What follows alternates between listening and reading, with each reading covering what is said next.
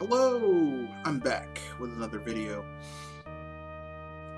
And in this video, we're just, as the title placard says, we'll be talking about let's just make stuff up and call ourselves analysts, even though there's no evidence to back this shit up. So, in this video, we'll be getting into people jumping the gun, people making unfounded revelations, and the difference between opinion, fact, and hypotheses. So, and hypotheses, aka an educated guess. After the cut. Alright, let's talk about it. The reason I'm making this video is because of an article I saw on playeressence.com. I'd seen it bouncing around. Basically, the article is from some guy named Nicholas Lavelle, an industrial analyst, who says that the Nintendo NX, what he believes the NX may be. My belief is that the Nintendo NX, at its heart, is at its heart a video game controller for the smart device era. Nintendo will harness the wearable sensor research that comes out of its health and well-being division to create a new type of controller. My current guess is a glove of some sort, but it could be a smartwatch and a couple of rings or something like that. The NX device will be a relatively low-powered box that sits under the television screen in the living room. It will interface with the controller to allow players to interact with their games using gestures, perhaps touching a smartwatch or tapping your thumb and forefinger together, or other movements that combines gestures and wearables. Gestures and wearables. Now, this is, I'm gonna call bullshit on that one, because Satoru Iwata clearly stated that the NX is a dedicated game system that's a brand new concept and has no direct relationship to DNA. That was out of Iwata's mouth himself. So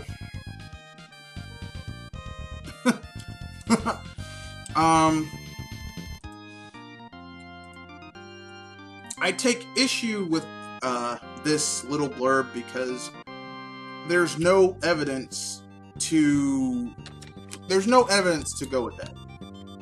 There's no evidence that goes with, hey, this might be a fucking wearable device. No one said anything about that. If Iwata had said, well, the NX is probably going to be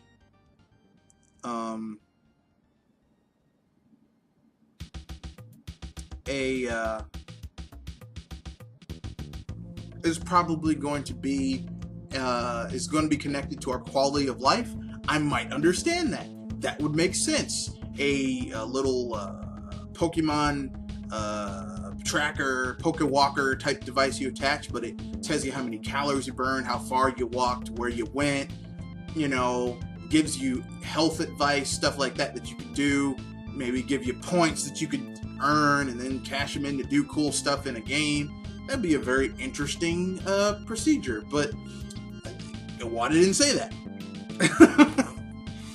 So, without further ado, we'll move into the second part of this, where I'll debunk why people who keep on making guesses about the NX with no evidence is kind of stupid. After the cut.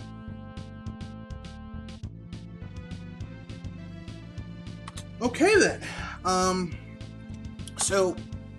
While I was not heavily into science in college, aside from like social sciences, and you obviously have to take a science in order to fill course degree requirements, even if it's liberal arts, which I had I have two liberal arts degrees: social science, aka sociology, and political science,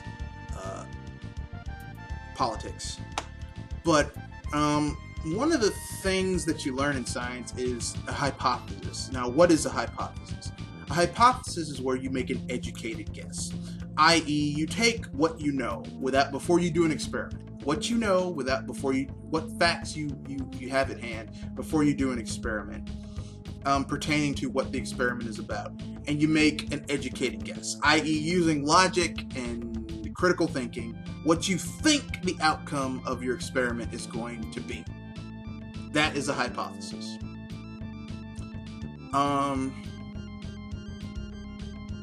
Now, this guy, Nicholas Lavelle, I don't want to butcher this guy's name if I don't have to. Yeah, Nicholas Lavelle basically throws that out the window. He just basically throws some shit out there. He could have access to information, I don't know. But, I mean, while I might not have the resources that Nicholas Lavelle has, I do have almost 30 years, well, okay, I didn't really know what was going on. I'd say almost 20, no. Let's say I have around 14 years of, ever since I first took an economics course, of following Nintendo seriously. Okay, so 14 years. It's 15, took economics, started following Nintendo seriously.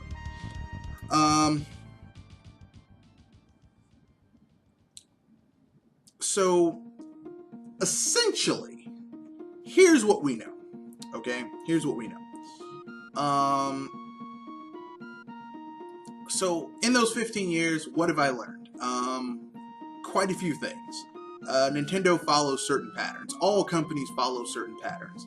And this would kind of belay that pattern entirely, blow it out the water. So, after the cut, I'm going to tell you what I believe the NX truly is.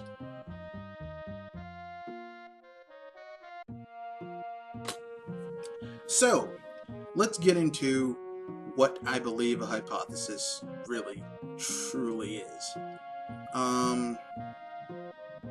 Or at least, let's exercise a hypothesis in our head. Now, since I can't actually do an experiment because this is based on an outcome occurring, and I have no method of looking at the outcome, doing an experiment in order to find out what the outcome is going to be. This is just a time thing. So I have to use the number one tool, the first tool that science ever had, observation. Okay, observation and patterns in history. Okay, so let's look at the pattern, the pattern that's been placed. Nintendo normally releases a handheld 2 to 3 years into their into the life cycle of their console. Okay, that's how they roll. So so I'm just going to use here in America, because I know in Japan things come out 2 or 3 years earlier. Like I know the NES came out in '83 in Japan and didn't get here for another 2-3 years. So I'm not going to use that. But let's say NES comes out in '86 here in America. Okay, '86. We don't see a Game Boy till '89. Okay, 3 years. Another 3 years, the SNES comes out in, I want to say, 91. It's 2 years after the Game Boy, and we don't see a new console. And I mean, I know some people might say, well, this isn't a new console, but there were games that could only be played on that console. So I'm going to say it was a new console. The Game Boy Color is, technically speaking, a new handheld, because there were, like I said, games that could only be played on that handheld. And when I say it was a new handheld, I mean literally there were entire games that could only be played on that handheld. So that comes out in, I want to say 94, 93, 94. Okay, Game Boy Color comes out in 93, 94. During that interim, a lot of Game Boy hardware revisions come out.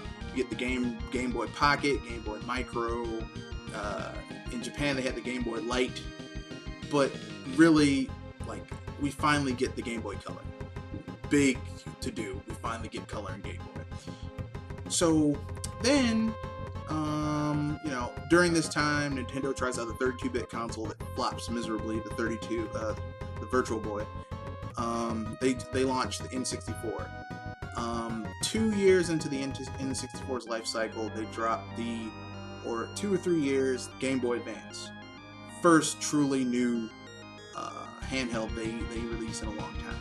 Okay, 2-3 years into it, Game Boy Advance. Okay, then, you know, the Game Boy Advance outlives the N64, goes into the GameCube.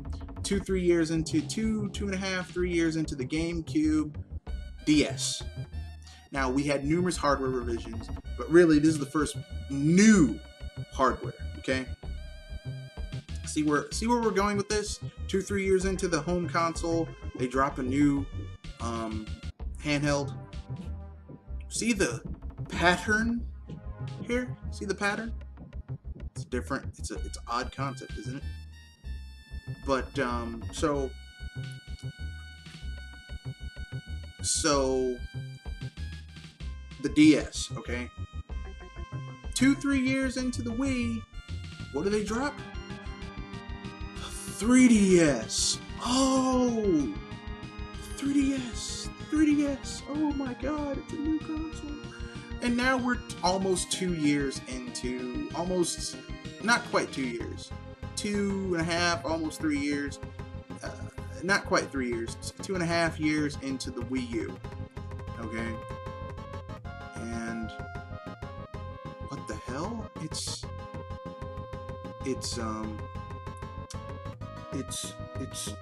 about time for the new handheld to be announced, but they're pushing it back till next year, because the Wii U got off to kind of a rocky start, and they want to give it extra time to build up their cash reserves, because they finally got the thing profitable. They're starting to get some money rolling in on the regular from the games they're putting on it, and they want to give it a little bit of time to percolate a bit. And that is the pattern of history with Nintendo and their handhelds. That's just how they roll. So more than likely, the NX is going to be their next handheld. Now, let's talk about what the NX might probably have, because let's look at Nintendo's pattern of history after the cut.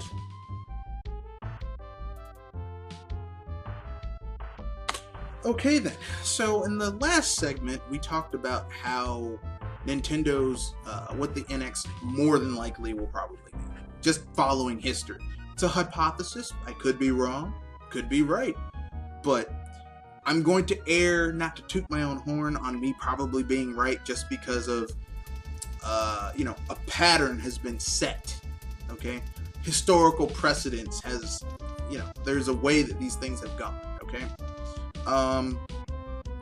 So using that same pattern, let's look at what the NX will probably be.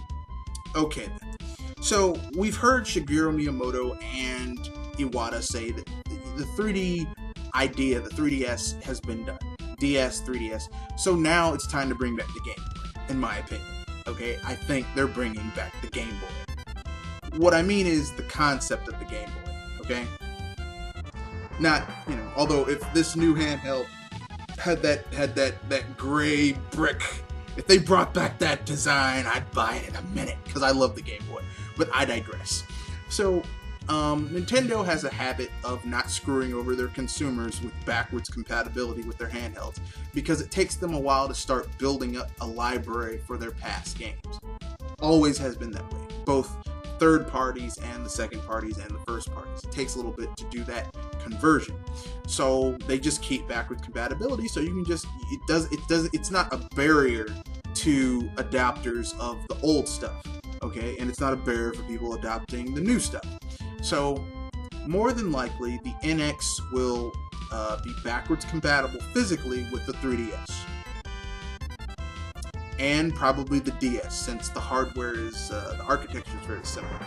Okay, so, also more than likely, it will probably be backwards compatible software, electronically wise, with your 3DS. So more than likely, you will probably be able to transfer all of your information from your new 3DS to, or your 3DS, from that device to the NX. That would make sense. And Nintendo will probably have a link cable to make this shit faster. Or you might just be able to do it electronically, just with the SD card. Maybe. I'm just saying. Or micro SD card, whatever. The device will probably have will be Wi-Fi capable, more than likely, and they just might create a micro USB thing that you can use to connect it directly into your internet router. I'm just saying, it could happen. It could happen. The device will probably use SD cards, or micro SD cards, as its memory, or SD cards. I don't care. It really doesn't matter. It's either or at this point. We don't know, but it will have a numerous amount of space. The games will both be physical and downloadable, so you'll probably be able to do both. Of course, Nintendo will support this console because Nintendo supports all of their devices. Handheld, console, they don't matter. Nintendo doesn't screw over people like that. Because it will have backwards compatibility, they can put out games they will still have some games coming out for the 3DS that you will also be able to play on your new console. So it might have dual screens, because I know a lot of those games kind of need dual screens for the thing. I don't know. Could be. But it's going to be slightly different, I guess. Let's see, what else? That's about it. So yeah. And it's probably going to be priced around the same price as the new 3DS. I mean, because they want to keep that same price point. Maybe a little bit more expensive, maybe a little bit less now. But I was just using, that's my position. I could be wrong. I could be right.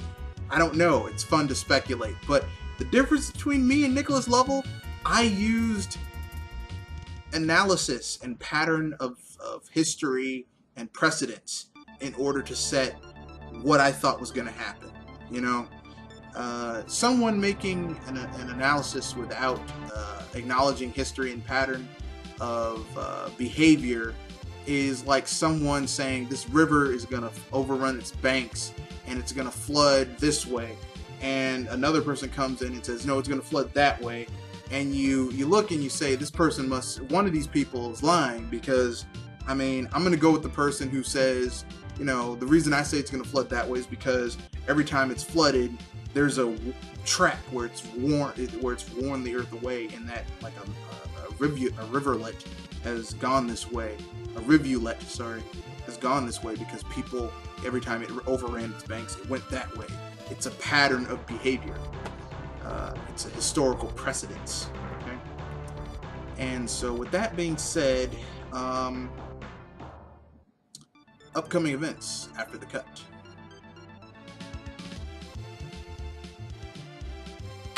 Okay, upcoming events. This Friday, I'll be doing a podcast called Dreams. I'll be talking about everyone's, the main topic will be, what is your dream game / cross-media franchise / movie? Like, if you had, like, all the money to make it, you could resurrect the people, even if they're dead, to be in it. Whatever you want. Ultimate dream. Dream game, dream franchise, or / movie, cross-media franchise / movie. And then we'll also have several free topics running the gamut. We'll try to keep this one relatively short, but if we don't, it'll be fun anyway. Remember, it's this Friday, 7 o'clock p.m. Eastern Standard Time. That's U.S. Eastern Standard Time. So, 7 o'clock p.m. Eastern Standard Time. or what was that? That'd be 5 o'clock, maybe 6 o'clock Central Time, and then 4 o'clock Pacific Time. So there you go.